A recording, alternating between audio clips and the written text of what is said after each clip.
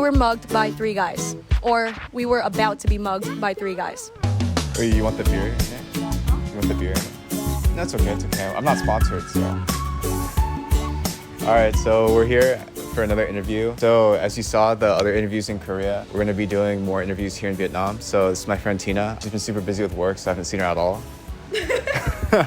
So we're gonna interview her. We've been friends since college and you might have saw her in another video before, but I will be asking those questions I've been asking everybody as I've been traveling. All right, let's get started then. Okay. What? All right, so for people who don't know who you are, can you just introduce yourself real quick? My name's Tina. I am a Virgo. I am 23 years old, turning 24. My home is in Ho Chi Minh City, Vietnam, and currently I am working for Banyan Tree Resorts as a copywriter and miscellaneous tasks. So for someone coming to Vietnam, what is some piece of advice that you'd give them? I would say not to misconstrue yelling for aggression, because a lot of times people tend to yell at you, so you can just hear them through a crowd or they want to warn you of something, but it doesn't necessarily mean that they're angry or trying to be aggressive with you. I think people have a good heart. They may just come off very blunt. So like you? Yes. Based on everything you've experienced so far in your life, I know you're only 24, but what is one piece of advice you'd give somebody just based on everything you've experienced so far? Find beauty in everything, the good experiences, the bad experiences. I think there's always something to gain from it. And I would say that no matter how bad things get, the way you think about it can turn things around for you in a more positive way. Do you have a personal story?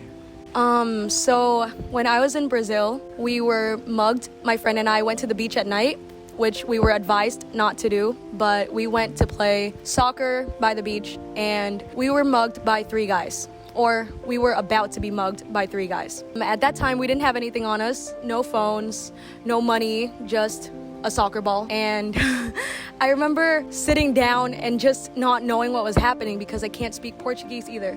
So I was kind of blindsided. My friend ended up talking to them, asking them to please leave us alone because we have literally nothing. They ended up apologizing for it. They sat down, talked to us about how bad their financial situations were and how bad life has gotten recently, and just wished us a good night and went on their way. But I thought it was very eye-opening because a lot of times you see the bad deed that people do and you don't really think about the motive behind it, why they're doing it, and it's just good to be able to understand that, get a different perspective on like why things happen the way they do from the people who are doing it. What about your life right now? Would you change?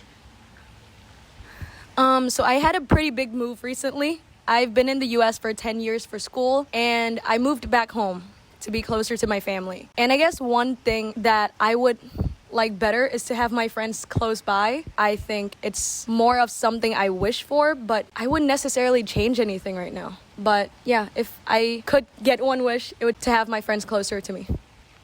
What do you hope to accomplish in the next 10 years? My personal aspiration of becoming a musician. I write songs for fun, but I hope that one day I'll be able to get a few produced and just put it out there. Because it's something that's been more of a hobby, but I think that the art you create should not be kept private. It's something you should share, and right now it's not something I'm working on, but I'm just doing it for fun a lot. And yeah, I would just want to like put something personal out there. So is there like a goal that you have in mind, like you want to play somewhere? I have extreme stage fright. I will not be performing, but I do want my music on Spotify. All right, catch your music on Spotify. All right, so then, you ready for the last question? You've already talked about some travel stories, like the one in Brazil. I guess only one story you've said, but I've known you for a while, so I know that you travel quite a bit. And I'm just curious why you travel. Maybe there's inspiration from when you travel or some other reason.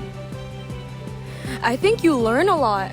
You step outside your little bubble. When you see the world and it's not exactly how you imagined it, it brings you perspective. It makes you live your own life differently. It makes you want to become more involved. I guess people use the term global citizen a lot, but not many know how to live as one. I wouldn't say that I'm the perfect global citizen either, but I would like to be. I would like to learn more about people who are different than me, and I would like to learn more about how they're living, how they're leading their lives, what are the things they have to face. But yeah, it's just good to exist outside the bubble.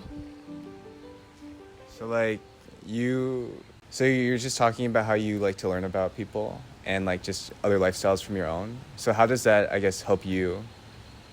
Like, does it help you grow as a person, or can you elaborate on that? I think you become more conscious of how you're living. Like, for instance, when I went to India, I went to this beautiful school up in the mountains. It's called the Woodstock School. And I just remember on one of the village walks, there was a waterfall nearby and it was trashed. It was just a surprise to me to see this part of nature in this remote town that was filled up with trash. So I started asking about it, and I found out that a lot of big companies tend to buy up land in developing countries to use as basically landfills. So then afterwards, I did more research on it. I learned more about specific industries, particularly the clothing industry, and it just made me learn to shop better. I didn't want to contribute to waste, especially because a lot of times people's homes are being filled with the waste. That particular instance kind of shifted me towards thrift shopping. So thrift shop? Thrift shop. Get something good for yourself. All right, that's it. Shake hands. I guess we can shake hands if you want. This video is sponsored by Tiger, so. No, I'm just kidding. All right, so that was the end of the interview. So I just want to thank Tina for doing the interview. She's very busy right now, and honestly, it was really hard to get her to do the interview. So I appreciate her doing it. I guess like by now you've seen that there are like, I've done maybe 4 or 5 interviews by now, like this format, and it's more so for not just me and for other people, but also for the people who are doing it. So they're able to, I guess, see how they think now and are able to kind of look back on it later down the line. So just want to thank you for doing the interview. Subscribe to Nolan Kim. YouTube.com. And this video is sponsored by Tiger and this beach house here. We're in Ho Chi Minh. Yeah, thank you.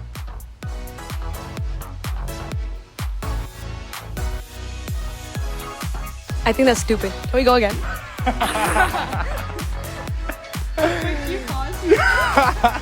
Okay. Thought about it. I'm just like